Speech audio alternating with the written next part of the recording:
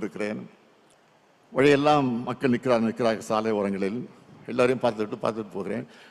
எனக்கு விமானம் கொஞ்சம் லேட்டாக வருது, அதனால் கொஞ்சம் மெதுவாக வாங்கினு அங்கேருந்து தகவல் வருது கோவைக்கு.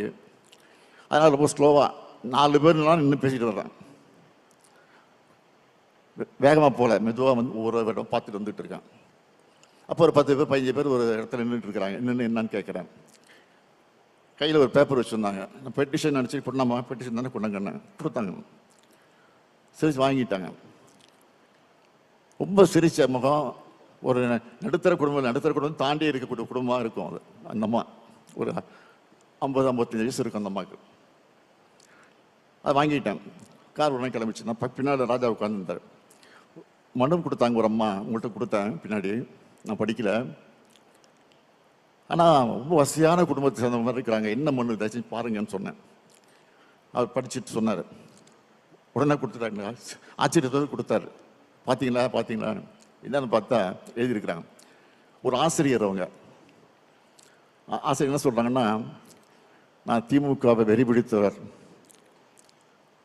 இந்த ஆட்சி பல திட்டங்களை செஞ்சுக்கிட்டு இருக்குன்னு வரிசையாக திட்டங்கள்லாம் சொல்லி இதெல்லாம் நிறுத்துறதுக்கான முயற்சி நடந்துக்கிட்டு இருக்கு, தயவு செஞ்சு விட்டுறாதீங்க.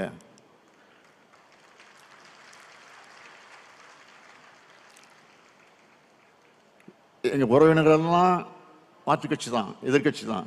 நான் மட்டும் தான் திமுக. நான் சமாளிச்சுட்டு இருக்கேன். தயவுசெய்து நீங்கள் எப்படியாவது நீங்கள் தான் ஆட்சிக்கு வரணும், இது என்னுடைய வேண்டுகோள் அப்படின்னு எழுதி விட்டுருக்காங்க.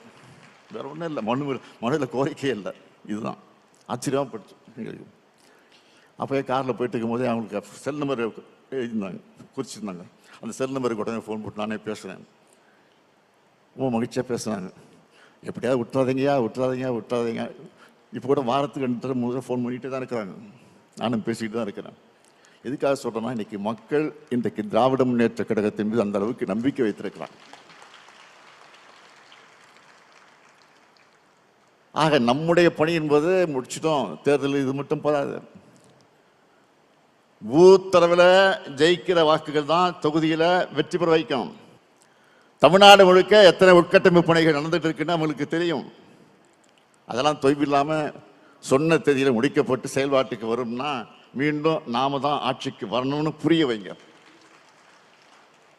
ஜூன் 1 வாரத்திலிருந்து என்னுடைய பணி என்னன்னா, கழக நிர்வாகிகளை தொகுதி வாரியா அண்ணா அறிவாலயத்தில் நான் சந்திக்க போறேன்.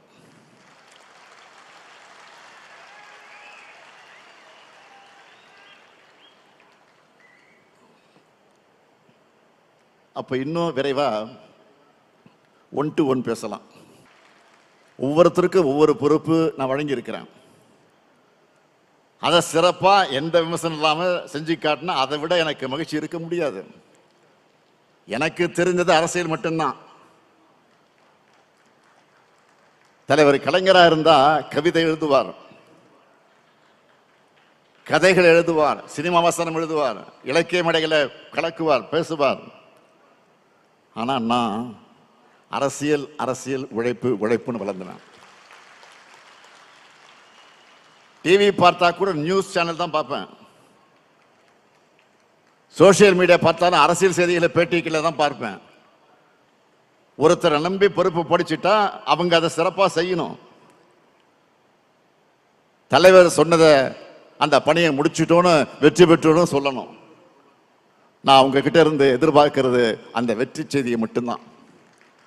நான் கொடுத்த பொறுப்பை சரியா செஞ்சு அந்த வெற்றி செய்தியை தாங்க என்பதுதான் என்னுடைய இந்த பொதுக்குழுவினுடைய செய்தி. திராவிட முன்னேற்ற கழகம் இருக்கும் வர, இந்த முத்துவேல் கருணாநிதி ஸ்டாலின் இருக்கும் வர, டெல்லி படையெடுப்புக்கு ஒருபோதும் தமிழ்நாடு வீழாது. தமிழ்நாடு போராடும், தமிழ்நாடு வெல்லும். பொதுக்குழுவில் தொடங்கி இருக்கக்கூடிய இந்த பயணத்தை சட்டமன்ற தேர்தல் வெற்றி விழா பொதுக்கூட்டத்தில் நாம் நிறைவு செய்யணும். அதில் மீண்டும் ஒன்னா சந்திப்போம் என்று கூறி விடைபெறுகிறேன். நன்றி, வணக்கம். உங்க எல்லோருக்கும் என்னுடைய அன்பான வணக்கம்.